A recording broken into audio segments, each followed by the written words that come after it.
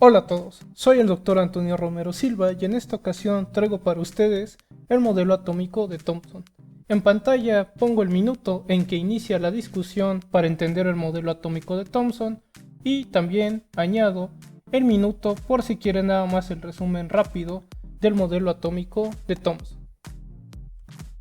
Recordando, al principio, la idea de los átomos nos las dio el filósofo griego Demócrito en el siglo V a.C., donde Demócrito decía que todas las cosas estaban hechas de unas partículas muy pequeñas, es decir, de objetos muy diminutos que no podían cortarse, es decir, que eran indivisibles, a los cuales denominó átomos.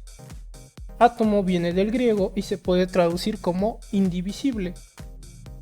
Demócrito pensaba que estos átomos están en constante movimiento y que se combinaban entre sí de diversas formas para hacer toda la materia que podemos ver. Pero esto solamente era una reflexión que tenía Demócrito. Y su teoría fue invalidada por Aristóteles y por eso quedó en el olvido por mucho tiempo.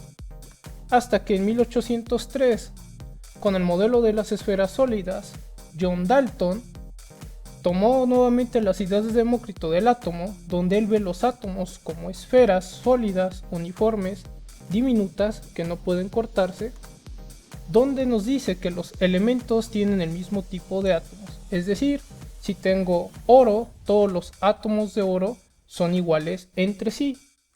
Y si hay elementos diferentes, por ejemplo, el elemento hidrógeno, los átomos del elemento hidrógeno son diferentes a los del elemento del oro porque tienen una masa o tienen una forma diferente. Recordemos que los elementos son las sustancias que no pueden descomponerse en algo más simple. Entonces la idea de Dalton es que los átomos son esferas sólidas que no pueden dividirse y este modelo estuvo vigente un tiempo.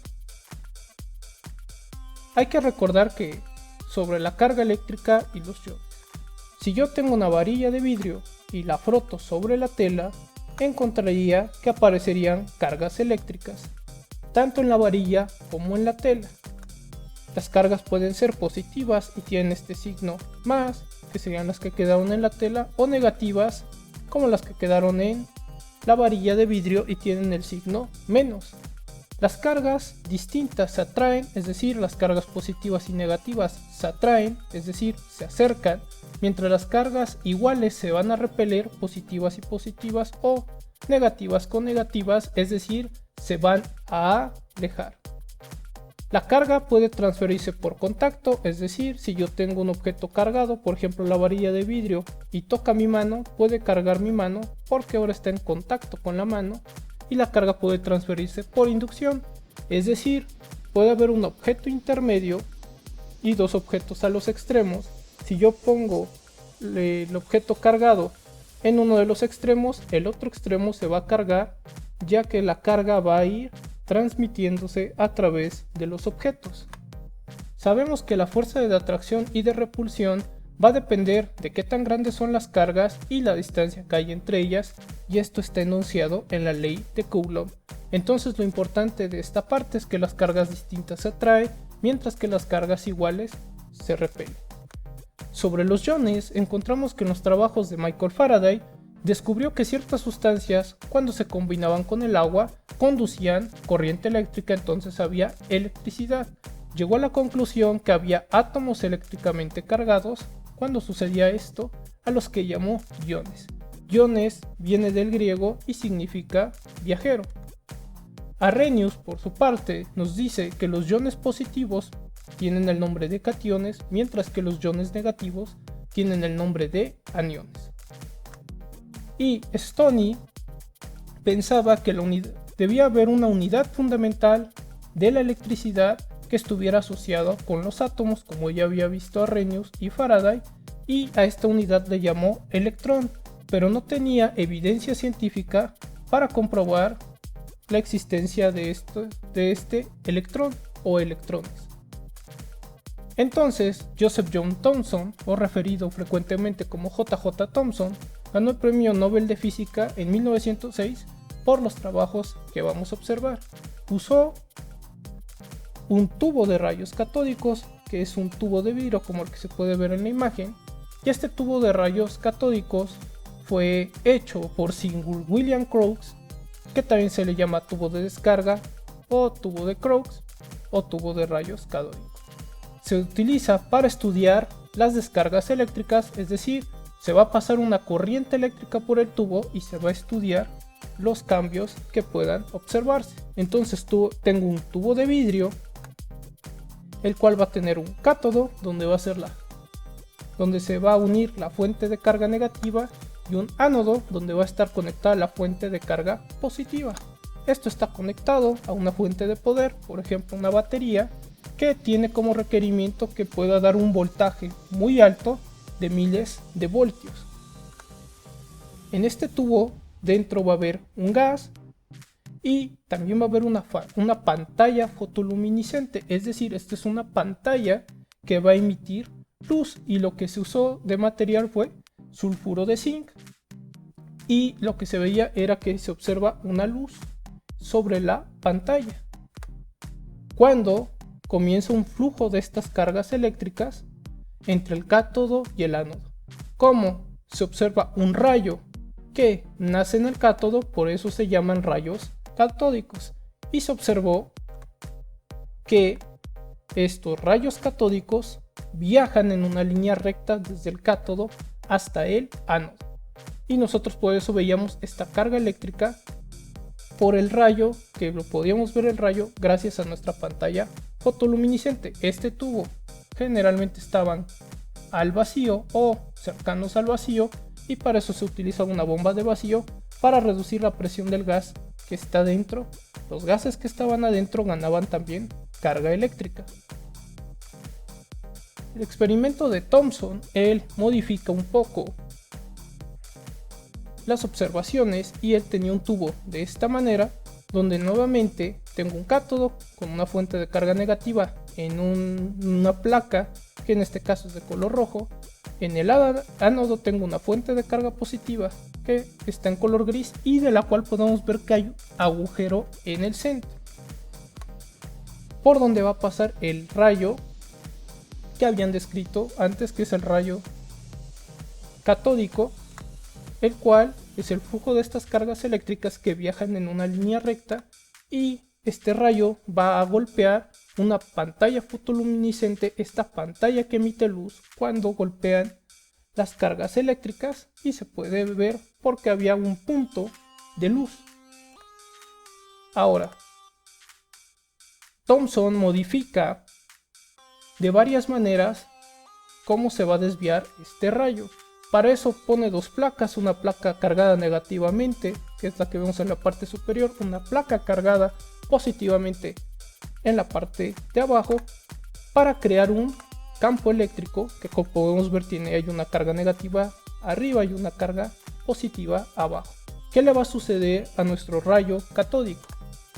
Lo que sucede con el rayo catódico es que se desvía hacia la parte positiva. Entonces el rayo se desvía a la placa positiva, entonces tenemos partículas cargadas negativamente en nuestro rayo catódico, porque se está viendo atraído el rayo hacia la parte positiva. Pero esto no fue lo único que observó Thomson. Otra vez, nuestro rayo, recordemos que sin modificarlo viaja en línea recta. Si yo acerco un campo magnético, donde la parte del campo magnético negativo la acerco al rayo catódico, lo que se observa es que este rayo ahora se desvía hacia arriba. Al desviarse hacia arriba, entonces el rayo se está viendo repelido, se está viendo alejado por la acción de la parte negativa del magneto. Entonces nuevamente confirmamos que las partículas del rayo catódico son negativas porque están siendo repelidas por la parte negativa del magneto. Entonces, estas dos observaciones nos revelan que lo que hay en el rayo catódico son partículas que están cargadas negativamente. Estas partículas negativamente cargados, Thomson las denomina electrones. Entonces los rayos catódicos son rayos de electrones y el electrón se puede representar como una E con un signo menos como superíndice para indicar que es una partícula negativa. Entonces los electrones han sido los que están viajando a través del cátodo hacia el ánodo y han llegado a la pantalla fotoluminiscente y han tenido sus cargas negativas. Y Thomson encontró que la relación de la carga eléctrica de los electrones con su masa era de 1.76 por 10 a la 8 coulomb sobre gramo. Esta C mayúscula indica la unidad de medida de la carga eléctrica que se llama coulomb. Por su parte, Robert Andrews Millikan hizo el famoso experimento de las gotas de aceite, donde él tenía un dispositivo de esta manera que parece una olla que vamos a representar esquemáticamente en la parte de la derecha con un bosquejo. Tiene un atomizador, como pueden ver tanto en la imagen del modelo real como en nuestro esquema, y este atomizador va a tener aceite. Este es parecido a los atomizadores con los que se pone agua en los salones de belleza o en las barberías, y dentro de este tanque va a haber unas placas que están conectados a una fuente positiva y a una fuente negativa, y entonces se van a cargar positivamente la placa superior y negativamente la placa inferior. Este atomizador me sirve, como ustedes saben, para hacer gotas, y entonces al tener aceite hago pequeñas gotas de aceite. Estas gotas de aceite caerán poco a poco por el agujero que está en la placa cargada positivamente, que es la que está en la parte superior. Además de esto, este dispositivo tiene una fuente de rayos X, que es una fuente de energía, donde el rayo X va a golpear a las gotas y estas gotas van a adquirir estas partículas cargadas negativamente llamadas electrones. Y con un microscopio que está en la otra parte, vamos a observar qué sucede con estas gotas de aceite. Observaríamos que las gotas de aceite, por acción de la gravedad, van a ir hacia abajo.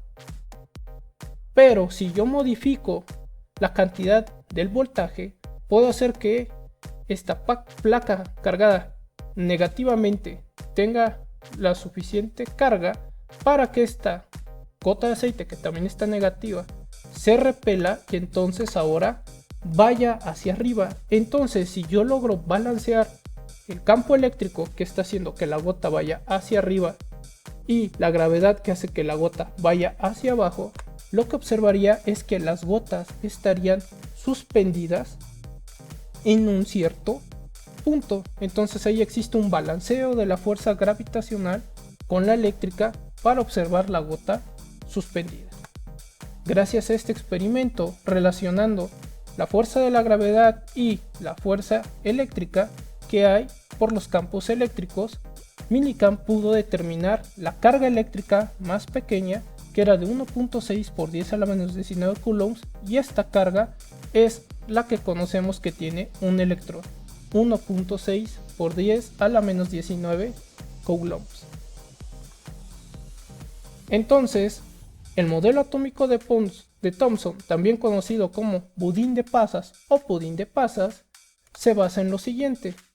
Vamos a tener una esfera, una nube que está cargada positivamente, y en ella van a estar incrustados las cargas negativas que vienen siendo los electrones. Entonces tenemos una esfera de carga positiva grande donde hay pequeños electrones que están incrustados en esta carga positiva.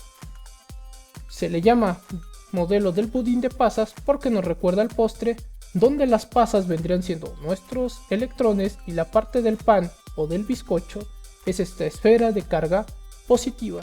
Entonces, a recalcar, el modelo atómico de Thomson está compuesto de electrones, que fue la partícula que fue descubierta por Thomson, y estos electrones esparcidos o incrustados a lo largo de una nube esférica. Esta nube rosa en este caso tiene carga positiva. Entonces, todo comienza con las ideas de Demócrito sobre que el átomo es indivisible. Después, para Dalton, en el año de 1803, él ve a los átomos como esferas sólidas, uniformes y diminutas, donde cada elemento tiene sus átomos en particular. Y con la llegada de Thomson y sus experimentos con los rayos catódicos, vemos que existen partículas más pequeñas que forman los átomos, y una de estas partículas son los electrones, los cuales tienen carga eléctrica negativa, y su modelo, como recuerdo un pudín de pasas, donde los electrones son las pasas y esta esfera cargada positivamente al pan, lleva por eso el nombre de pudín de pasas, porque los electrones están incrustados en esta esfera positiva. Y él descubrió el electrón. Faltan algunos modelos atómicos más que estaremos viendo con el tiempo. Dejo el video que hablo anteriormente del modelo atómico de Thomson, así como unas listas de reproducción si quieren seguir explorando el canal. Yo he sido el Dr. Antonio Romero Silva. Hasta la próxima.